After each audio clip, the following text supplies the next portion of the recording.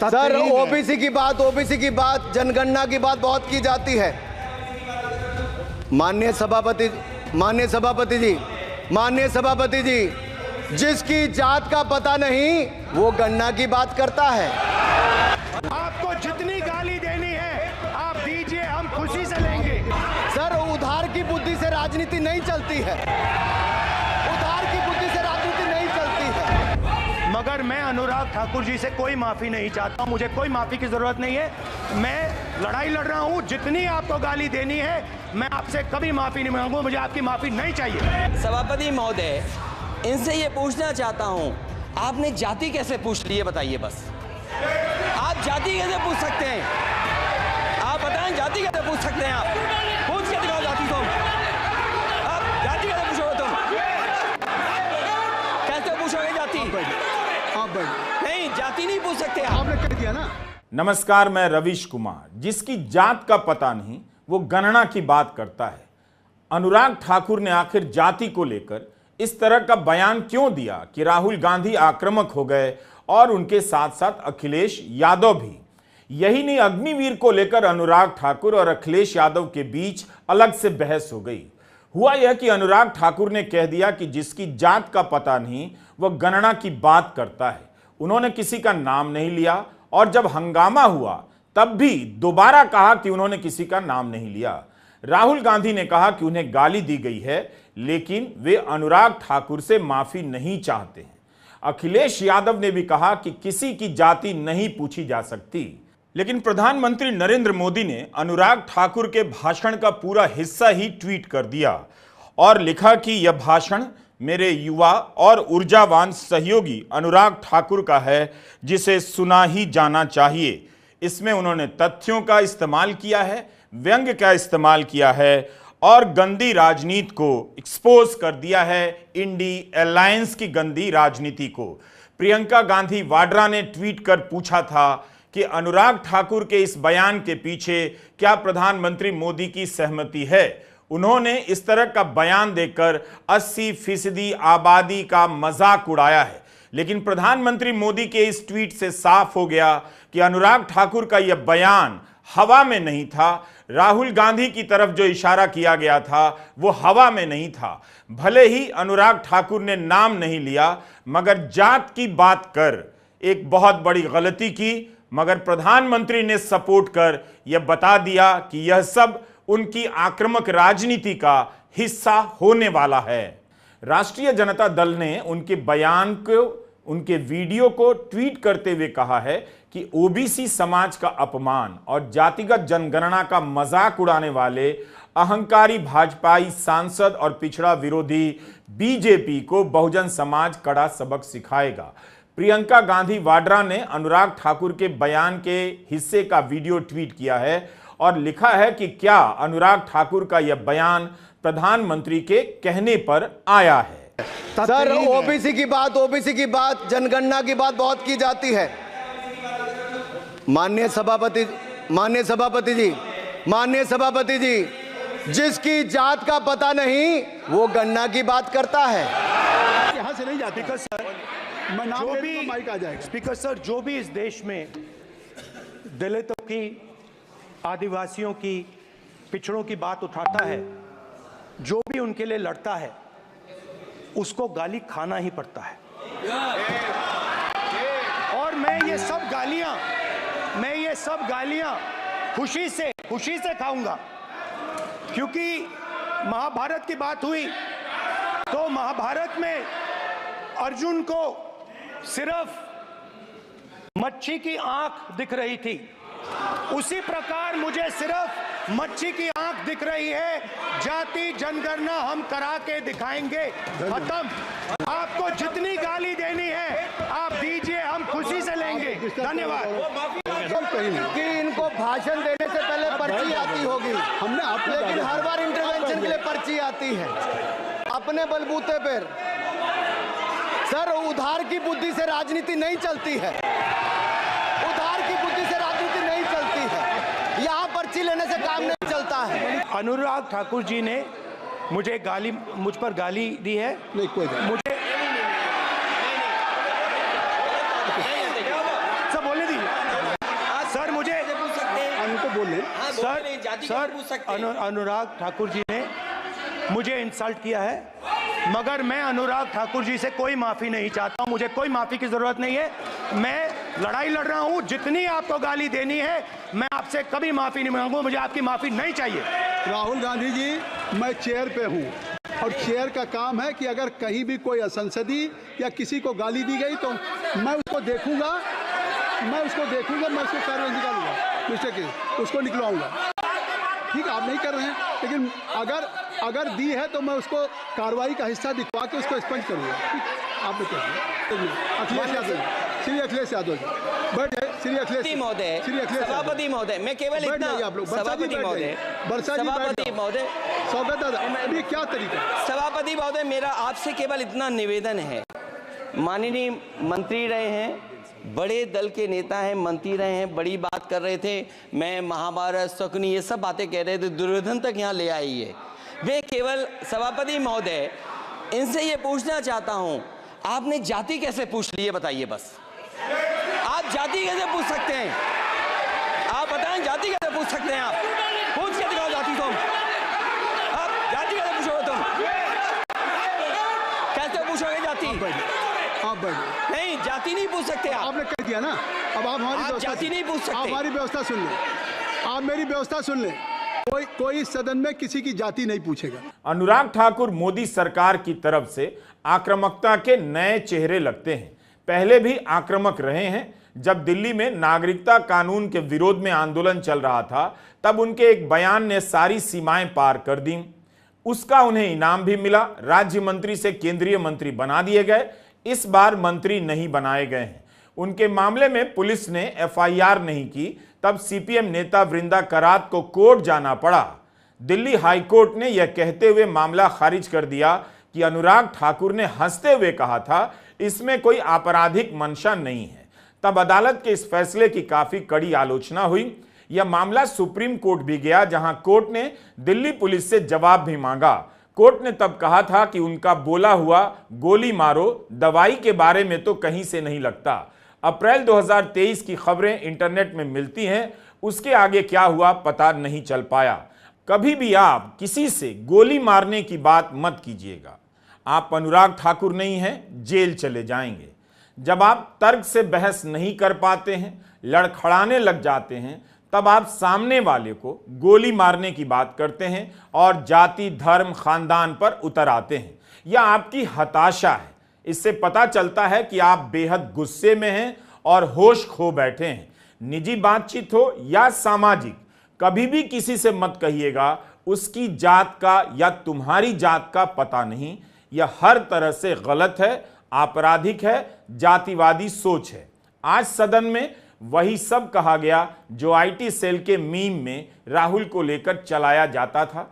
जाति की जनगणना की मांग नीतीश कुमार ने की है, तेजस्वी यादव ने की है, तमाम सामाजिक न्याय की बात करने वाले विचारकों और युवाओं ने की है। डॉक्टर अंबेडकर तो यही चाहते थे कि जातियां टूटें, और ये तभी टूटेंगी जब अंतरजातीय विवाह संबंध होंगे।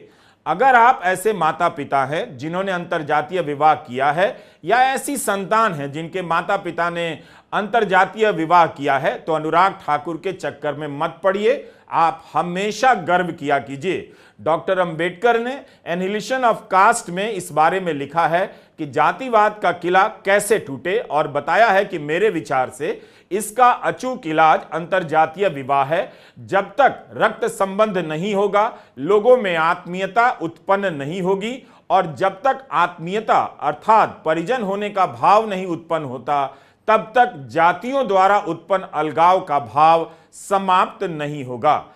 आज संसद में भारतीय जनता पार्टी के वरिष्ठ नेता और पूर्व मंत्री अनुराग ठाकुर ने जिस तरह के शब्दों का इस्तेमाल राहुल गांधी जी के लिए किया, वो शब्द आज पूरे देश के कान में गूंज रहे हैं। देश का हर व्यक्ति उससे हतप्रभ है और नाराज है और दुखी है। लेकिन भारतीय जनता पार्टी का असली चेहरा भी लोगों के सामने आ गया है। ये मानसिकता सिर्फ भारतीय जनता पार्टी की ही हो सकती है कि एक ऐसे आदमी के लिए इस तरह के अपशब्दों का इस्तेमाल करें जो एक शहीद परिवार का बेटा है। उनसे ये पूछा जाए कि आपकी तो जात का ही पता नहीं है। हम बताते हैं राहुल गांधी की जात क्या है। राहुल गांधी के पिता का नाम है शहीद और राहुल गांधी की जात है, इस परिवार की जाति है शहादत, ये अनुराग ठाकुर को, राष्ट्रीय स्वयंसेवक संघ को और भारतीय जनता पार्टी को कभी समझ में नहीं आ सकता। खैर, आप जितनी गालियां देना चाहें दे दीजिए, हमें आपकी माफी नहीं चाहिए, ना आप माफी मांगेंगे ना हमें आपकी माफी चाहिए। भारत में जाति जनगणना होकर रहेगी, आपको जितनी चाहे उतनी गालियां आप गांधी परिवार को दे दीजिए, कांग्रेस पार्टी को दे दीजिए, राहुल गांधी को दे दीजिए, ये लड़ाई जारी रहेगी, न्याय होकर रहेगा। यह एक व्यापक विषय है, अभी के लिए इसे यहीं छोड़ता हूं। अनुराग ठाकुर लगता है आज निशिकांत दुबे की भूमिका निभा रहे थे, कई मौकों पर आक्रामक होते चले गए। पिछली लोकसभा में आक्रामक होने के लिए निशिकांत दुबे को उतारा जाता था। लोकसभा में अनुराग ठाकुर और अखिलेश यादव के बीच अग्निवीर को लेकर बहस हो गई। अखिलेश यादव बजट पर बोल रहे थे और जैसे ही उन्होंने अग्निवीर का जिक्र किया, पूर्व केंद्रीय मंत्री अनुराग ठाकुर खड़े हो गए और बहस छिड़ गई। अखिलेश यादव ने कह दिया कि सरकार यहां कह दे सदन में कि अग्निवीर योजना अच्छी है। सवाल अग्निवीर का था, लेकिन Anurag Thakur one rank one pension की बात करने लग गए और अंत में हिमाचल प्रदेश के शहीदों के नाम लेने लग गए। बहस आगे बढ़ती है और कहते चले गए कि अग्निवीर को 100% गारंटी है नौकरी की। अगर ऐसा है तो सेना का जो ब्रोशर है, यह हमने अपने पहले के वीडियो में दिखाया है, सेना की भर्ती बोर्ड की वेबसाइट से लिया है। इस ब्रोशर में तो कहीं नहीं लिखा है कि अग्निवीर को 100% गारंटी है नौकरी की। बताइए, ऐसा कोई ब्रोशर होता है जिसमें नहीं मिलने की चर्चा की जाए? इसमें नहीं लिखा है कि अग्निवीर जब 4 साल बाद सेना से बाहर जाएगा उसे कहां कहां नौकरी मिलेगी। इस ब्रोशर पर इसका जिक्र नहीं है। जब पहली बार ये स्कीम आई थी अग्निवीर, उस समय बड़े बड़े उद्योगपतियों से ट्वीट कराया गया था कि अग्निवीर से अच्छी कोई योजना नहीं है, इनको हम नौकरी दे देंगे, हम अपने यहां रख लेंगे। और शायद सरकार में बैठे लोगों को यह बात याद होगी, क्योंकि सरकार खुद स्वीकार करती है स्कीम ठीक नहीं है, तभी वो अपनी अपनी सरकारों से कह रहे हैं कि अग्निवीर वाले जो लौट करके आएंगे उन्हें कोटा दीजिए, आप नौकरी दीजिए।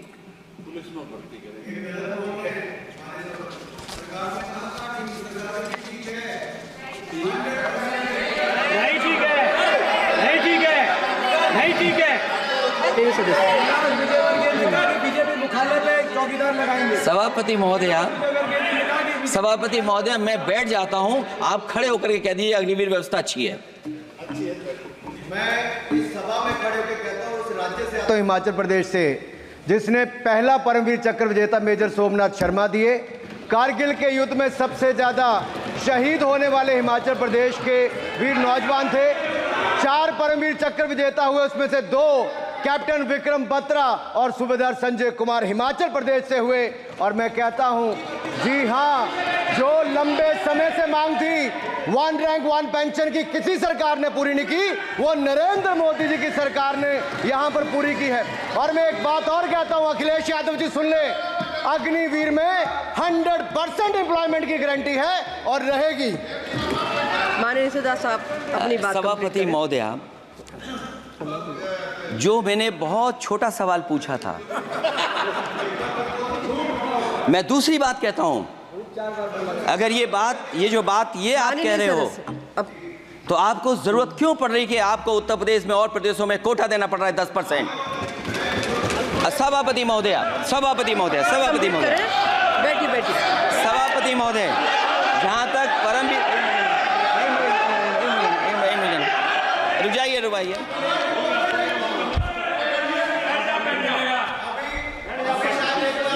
अरे सुन लेने दो। माननीय सदस्य, आप अपनी सभापति महोदय, सभापति महोदय, चैल जानते हैं आप कहाँ हैं? चैल जानते हैं आप कहाँ हैं? कभी गए हो मिलिट्री स्कूल में? मैं खुद मिलिट्री स्कूल का पढ़ा हूँ। और आप परमवीर चक्र की बात कर रहे हो, तो हम भी तमाम नाम गिना सकते हैं। कितने परमवीर चक्र आग्रह कर रही हूँ, आपस में चर्चा न करें। ये सभापति महोदय, ये सभापति महोदय, जी 1 मिनट से भी कम, मैं आपके सामने कहना चाहता हूं, ये तो केवल मिलिट्री स्कूल गए हैं। मैं आज भी टेरिटोरियल आर्मी के 124 रेजिमेंट में कैप्टन के रैंक पे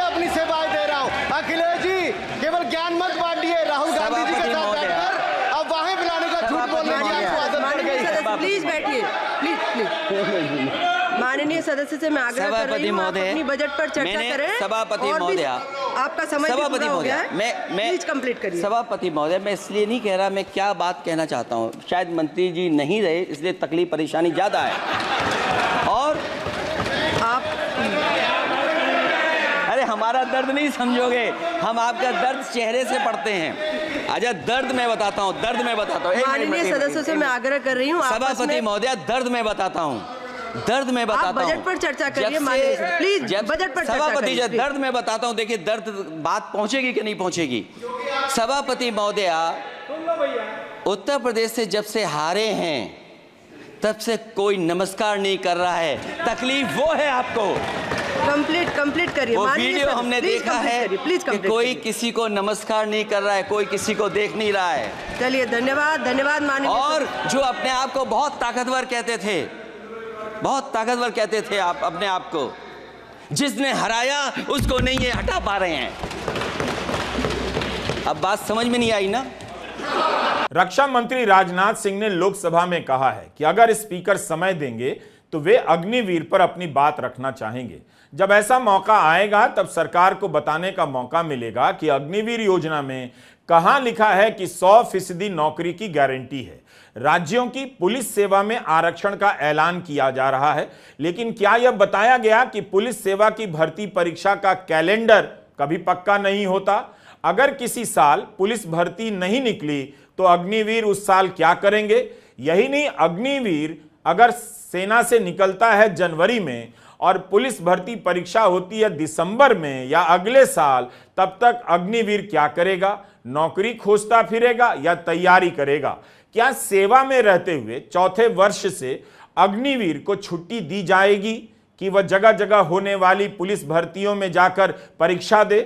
अग्निवीर पर तकरार से साफ है कि बहुत कुछ अभी सामने आना बाकी है। लोकसभा में अखिलेश के भाषण की तारीफ रविशंकर प्रसाद ने की।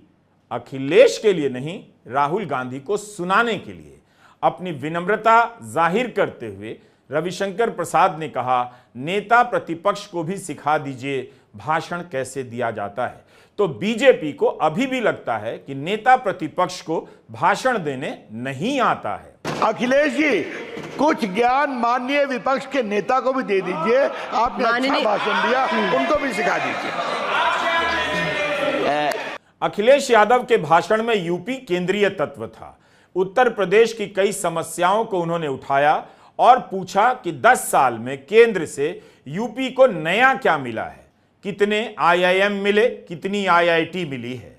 अखिलेश ने यह भी पूछा कि गोरखपुर एम्स का हाल अभी तक अच्छा नहीं हुआ है और दूसरा नया एम्स नहीं बना। जो एक्सप्रेसवे बना है उसमें कई तकनीकी कमियां हैं, जिसे अखिलेश ने बखूबी बताई और याद दिला दिया कि बक्सर भागलपुर एक्सप्रेसवे को मात्र 25 किलोमीटर यूपी में ले आने से पूर्वांचल का संपर्क भी भागलपुर तक हो जाएगा। अखिलेश यह याद दिलाने का मौका कभी नहीं छोड़ते कि वे मुख्यमंत्री रहे हैं, उत्तर प्रदेश को समझते हैं और प्रशासक के रूप में उन्हें अपना काम अभी तक याद है। डबल इंजन की सरकार है, लखनऊ में भी सरकार आपकी है, दिल्ली में भी सरकार आपकी है। आखिरकार ऐसा क्यों हो रहा है? और आज ही जब सदन में सभापति महोदय हम लोग आए हैं तो एक और रेल एक्सीडेंट की खबर सुनी है। जब से ये सरकार आई है, रेल एक्सीडेंट्स और पेपर लीक में कंपटीशन चल रहा है कि कौन आगे जाएगा।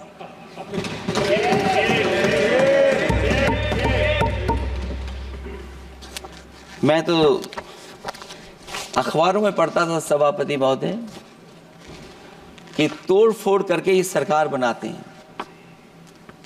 अभी एक सदस्य पिछली बार वो तोड़ फोड़ कर करके शायरी भी बनाने लगे हैं।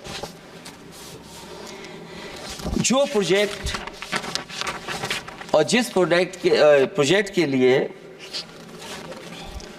प्रधानमंत्री जी एयरफोर्स का सबसे बड़ा हवाई जहाज हरकुलिस विमान लेकर के आए थे और वो सड़क पर उतरे थे, वो एक्सप्रेस वे पर उतरे थे मैं समझता हूं सभापति महोदया, यहाँ जितने माननीय सदस्य हैं सब ने देखा होगा और सब ने निर्देश के अनुसार उस पर ट्वीट भी किया होगा। वो जो एक्सप्रेस वे अगर किसी ने बनाया था सभापति महोदय, जो डिजाइन, टेक्नोलॉजी का पार्ट, अलाइनमेंट, वो समाजवादियों की देन थी, वो आपकी देन नहीं थी। ये बात मैं इसलिए कह रहा हूं सभापति महोदया, क्योंकि इस बजट में सरकार चलाने के लिए आपने पैकेज दिया है। हमें कोई नाराजगी नहीं है पैकेज देने की, आप पैकेज और दीजिए। लेकिन अगर आप बक्सर से भागलपुर एक्सप्रेसवे बना रहे हैं तो आप उत्तर प्रदेश की पूर्वांचल एक्सप्रेसवे को क्यों नहीं जोड़ रहे हैं? और मैं तो कहूंगा आपसे कि केवल अगर आप 25 किलोमीटर जोड़ देंगे, जहां पूर्वांचल एक्सप्रेसवे रुक गया था, केवल 25 किलोमीटर आप जोड़ देंगे तो दूसरे काम को अपना जो बनाते हैं, आप ये कह पाएंगे कि दिल्ली से लेकर के आपने भागलपुर तक एक्सप्रेसवे दिया है। 25 किलोमीटर सुनने में कम लग सकता है, लेकिन अखिलेश यादव को याद रहा कि उनकी पार्टी ने पूर्वांचल में अच्छा प्रदर्शन किया। कितनी आसानी से 25 किलोमीटर जोड़ने की बात कर पूर्वांचल के लिए नया मुद्दा ले आए।